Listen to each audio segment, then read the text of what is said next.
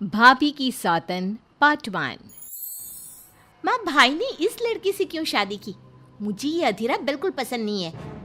बेटी अब क्या कर सकते हैं, मैं भी तुम्हारे भाई की शादी इस लड़की से नहीं कराना चाहती थी, लेकिन समर्थ की जिद के आगे मुझे झुकना ही पड़ा। समर्थ ने अपनी पसंद की लड़की अधीरा से शादी की है, लेकिन उसकी माँ मंजू और बहन सौम्या को अधीरा बिल्कुल पसंद नहीं है। समर्थ की माँ ने तो अपने बेटे के प्यार के आगे अपना सर झुका लिया और दोनों की शादी करवा दी, लेकिन सौम्या ने अभी तक हथियार नहीं डाले थे। वो अभी भी अपनी भाभी को घर से निकालने की हर मुमकिन कोशिश कर रही है। बहू, ओ बहू, आज चाय मिलेगी या नहीं? लाई माँ जी। एक तो समर्थ भी न जाने कहाँ से इस लड़की को पकड़ कर ले आया है। हर काम ऐसे करती है मानो हाथों में मेहंदी लगी हो। लीजिए माँ जी चाय। अच्छा तो ले आई तू चाय।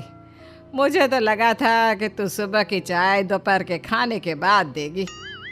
माँ जी, दूध वाला लेट आया था, इसलिए चाय बनाने में लेट हो गई। इतने में सौम्या वहाँ आ जाती है। माँ, मैं अपनी सहेली देविका से मिलने जा रही हूँ, शाम को आऊँगी। सौम्या, मैंने तुम्हारे लिए नाश्ता बना दिया है, पहले नाश्ता कर लो फिर चली जाना।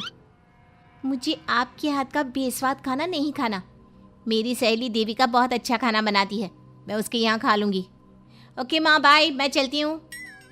सौम्या के जाने के बाद मंजू अपनी बहू पर चिल्लाते हुए कहती है, बहू, तूने इतनी बुरी चाय बनाई है, इससे अच्छा तो तू जहर पिला देती, कम से कम वो मीठा तो होता। अगर मेरे बस में होता तो चाय की जगह जहर ही दे देती। कुछ कहा तूने?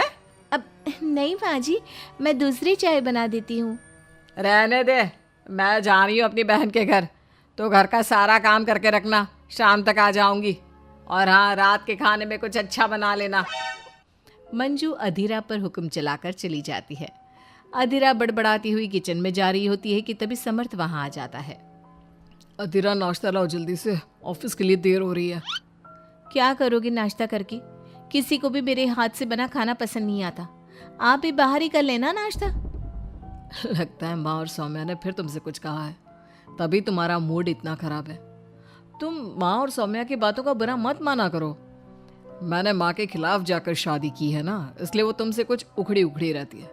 लेकिन मुझे पता है, जिस तरह तुमने मेरा दिल जीत लिया, उसी तरह तुम माँ और सौम्या का दिल भी जीत लोगी। बातें बनाना कोई आपसे सीखे। अब आपको ऑफिस के लिए देर नहीं हो रही? हो तो रही है, लेकिन सोच रहा हूँ सौम्या और माँ घर पर नहीं है, तुम दिन भर अकेली घर में क्या करोगी? मैं आज ऑफिस की छुट्टी कर ही लेता हूँ। नहीं नहीं नहीं, मैं घर में अकेली रह सकती हूँ, आप ऑफिस जाओ। चलो जाओ और अपना काम करो।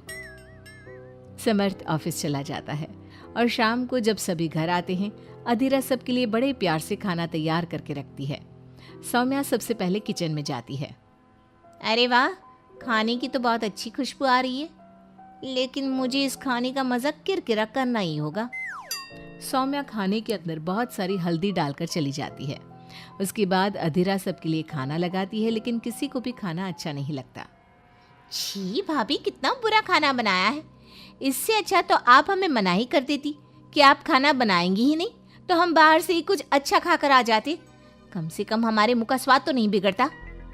बहू, तूने हम सबको सुबह बिना खाना खाए निकाल दिया, और अब भी हमें बिना खाना खाए सोना पड़ेगा। क्या करती हो अधीरा? तुम्हें खाना बनाना भी नहीं आता क्या? दिमाग खराब कर दिया। समर्थ गुस्से में वहां से चला जाता है।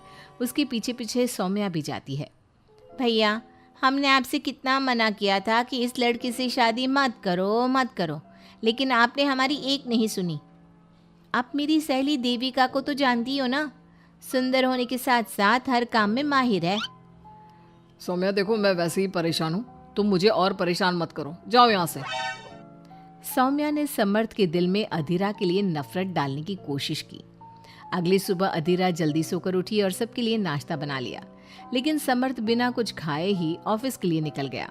सौम्या भी ये सब नोटिस कर रही थी। उसने देविका को घर पर बुला लिया।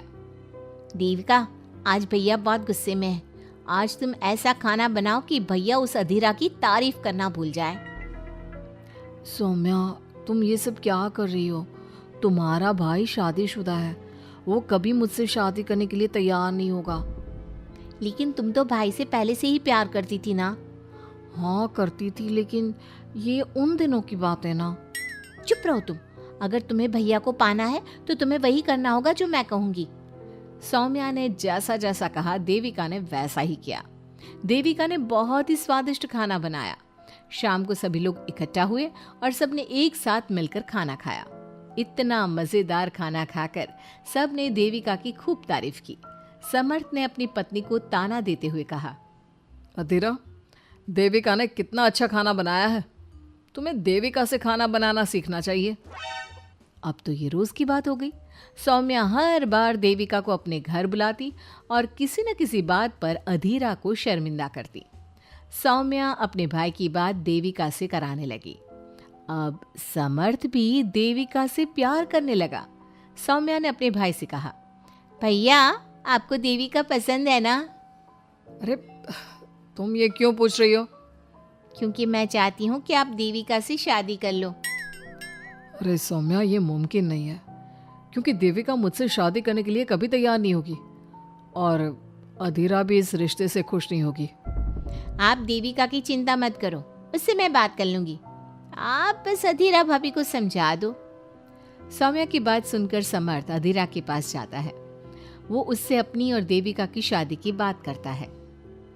अधीरा, मैं देविका से शादी करना चाहता हूँ। क्या? आप शादी करोगे? लेकिन क्यों? क्योंकि मैं उससे प्यार करता हूँ। प्यार तो आप मुझसे भी करते थे। कल कोई और लड़की पसंद आ जाएगी तो तीसरी शादी कर लोगे? देखो अधीरा, तुम्हें घर में कोई पसंद नहीं करता। तुम्हारी शादी मैंने माँ के खिलाफ जाकर की थी। अब तुम मेरे और देविका के बीच में मत आओ, प्लीज। क्यों बीच में ना हो? मैं ये शादी नहीं होने दूंगी, आप चाहे कुछ भी कहो। अधीरा के लाख विरोध के बावजूद भी सौम्या और मंजू ने समर्थ की शादी देविका से करवा दी। आखिरकार सौम्या अपनी भाभी की सौतन ले ही आई। शादी के बाद देविका ने घर में आते ही घर वालों के साथ कैसा सलूक किया और अधीरा के साथ क्या हुआ, ये सब जानने के लिए इंतजार कीजिए हमारे अगले एपिसोड का।